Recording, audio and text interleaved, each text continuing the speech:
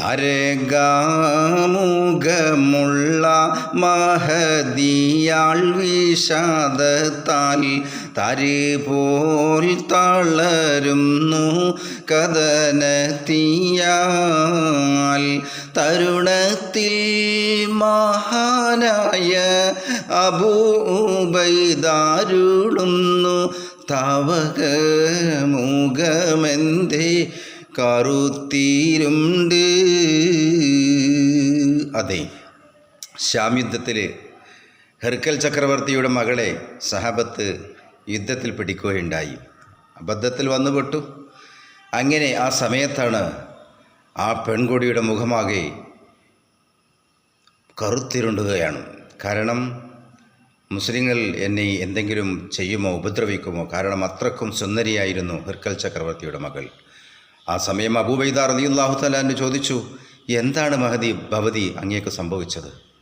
ആ സമയം അവളപ്പോളരുളുന്നു, അബലയമ്മേനിക്കെൻ്റെ അഭിമാനം തകരുന്ന വിഷാദം കൊണ്ട്. എൻ്റെ അഭിമാനം തകരുമോ എന്ന് ഞാൻ ഭയപ്പെടുകയാണ്. ഈ സമയം മഹാനായ അബൂബൈദ റളിയല്ലാഹു തആല പറഞ്ഞു, ഇത് കേട്ടിട്ട് അബൂബൈദാരുളുന്നു ഭവതിക്ക് ഇന്നേരം പിതാവിൻ്റെ സമീപത്തേക്ക് പോകുവാൻ തടവില്ല. മുസൽമാൻ്റെ സ്വഭാവത്തെ പാവം ഭവതിക്ക് വിവരമില്ല.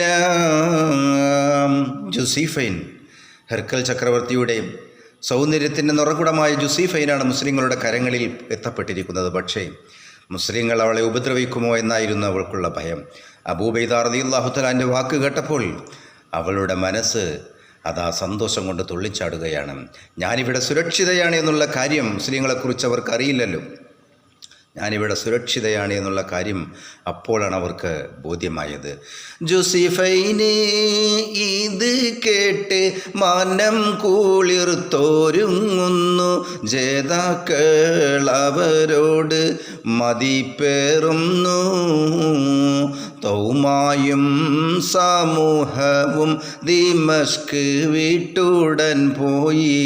തൽക്കോട്ട മുസൽമാൻ്റെ കരത്തിലായി. ഏതായാലും ജുസീഫിനെയെ അള്ളാൻ്റെ റസൂലിൻ്റെ പട്ടാളം സഹാബത്ത് വിട്ടയക്കുകയാണ്. അപ്പോഴാണ് ശരിക്കും മുസ്ലിങ്ങളെക്കുറിച്ചുള്ള മതിപ്പ് ജുസീഫൈനയുടെ മനസ്സിൽ കടന്നു കയറിയത്. അതായിരുന്നു ശാം യുദ്ധത്തിൻ്റെ ശാം യുദ്ധങ്ങൾ എന്നാണ് പറയാറുള്ളത്. ഓരോ കാര്യങ്ങളും നമുക്ക് ഇങ്ങനെ വിവരിക്കാം അടുത്ത എപ്പിസോഡിൽ.